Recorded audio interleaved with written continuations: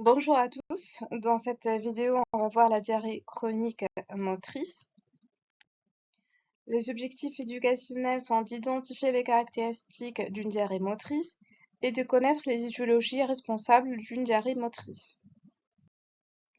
Comme vous le savez, dans les diarrhées chroniques, on distingue les diarrhées chroniques avec syndrome de malabsorption et les diarrhées hydroélectrolytiques sans malabsorption, parmi lesquelles la diarrhée motrice qu'on va étudier dans cette vidéo.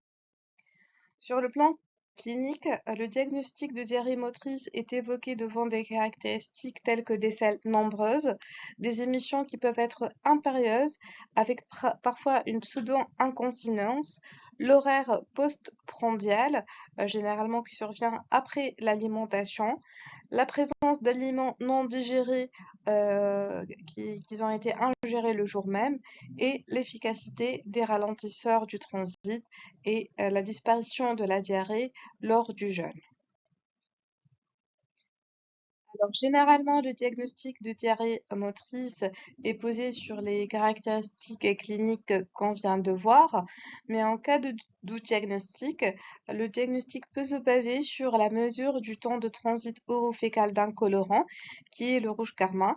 Donc, c'est un test qu'on ne réalise pas assez souvent et qui consiste à administrer lors d'un repas de 2 cachets de carmin qui est un colorant qui n'est pas toxique, qui n'est pas absorbé et qui va colorer les selles en rouge avec un délai d'apparition entre 15 et 24 heures et un délai de disparition entre 24 à 72 heures. Et donc l'accélération du transit en cas de diarrhée motrice va se traduire par un temps d'apparition qui est inférieur à 8 heures et un temps d'élimination totale inférieur à 18 heures qui signe donc le diagnostic de diarrhée motrice. Sur le plan étiologique, la cause la plus fréquente de diarrhée motrice est le syndrome de l'intestin irritable. Donc, le diagnostic repose sur le critère de ROM4 qui sont portés sur des douleurs abdominales récurrentes survenant en moyenne au moins 3 jours par mois dans les 3 derniers mois avec au moins 2 critères suivants, notamment associés à la défécation et ou associés à une modification de la fréquence des selles et ou associés à une modification de la consistance des selles. Ces critères doivent être remplis dans les 3 derniers mois et le début des symptômes doit dater d'au moins 6 mois.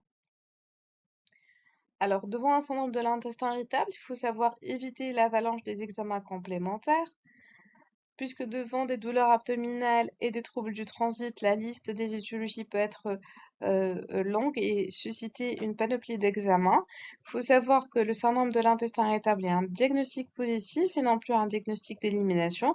Cependant, il faudra savoir rechercher les signes d'alarme qui sont l'âge supérieur à 50 ans, la présence de sang dans les selles, notamment des mélénas, des rectorragies, la présence d'une anémie, les symptômes nocturnes, un amaigrissement ou une modification récente des symptômes. Tous ces signes d'alarme doivent éliminer impérativement une cause néoplasique ou un cancer colorectal par la réalisation d'examens complémentaires, notamment la coloscopie. Donc, parmi les autres étiologies de la diarrhée motrice, on retrouve les causes endocriniennes, parmi lesquelles l'hyperthyroïdie, qui est suspectée cliniquement sur un ensemble de symptômes évocateurs, notamment un amaigrissement, une tachycardie, une thermophobie, une diarrhée motrice, et l'hypersécrétion hormonale est directement responsable de la diarrhée. Le diagnostic repose donc sur le bilan thyroïdien, notamment la TSH. Autre cause endocrinienne, c'est le cancer médulaire de la thyroïde. L'examen peut montrer une masse cervicale avec ou sans un souffle systolique à l'auscultation et un flush. C'est quoi un flush? C'est une bouffée vasomotrice qui est un symptôme classique mais inconstant du cancer médulaire de la thyroïde, défini par une sensation soudaine de chaleur qui est souvent accompagnée de rougeur du visage, du cou et du thorax, avec des palpitations ou des sueurs. Le diagnostic va reposer sur le dosage de la durocalcitonine et de l'échographie cervicale. Autre cause endocrinienne, c'est le syndrome carcinoïde, en rapport avec une tumeur neuroendocrine carcinoïde, généralement au stade de métastase et notamment hépatique, mais même en absence de tumeur, la tumeur peut être elle-même sécrétrice. Et le diagnostic va reposer donc sur les dosages hormonaux, notamment la chromogranine, le 5-HIA urinaire, une imagerie et l'octréoscan qui va donc identifier la tumeur carcinoïde. Donc, à côté des causes endocriniennes, on peut aussi trouver des causes neurologiques, notamment la vagotomie réalisée lors d'une chirurgie de la maladie ulcéreuse. Le diagnostic va reposer sur l'interrogatoire. La neuropathie viscérale peut aussi entraîner des troubles moteurs au niveau de la motricité intestinale, notamment en cas de diabète ou d'amylose.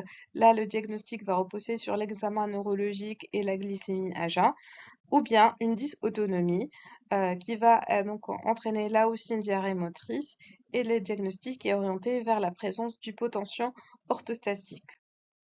Parmi les autres étiologies aussi de diarrhée motrice, on peut retrouver la cholécystectémie. Comme vous le savez, la vésicule biliaire, c'est un organe de stockage de la bile.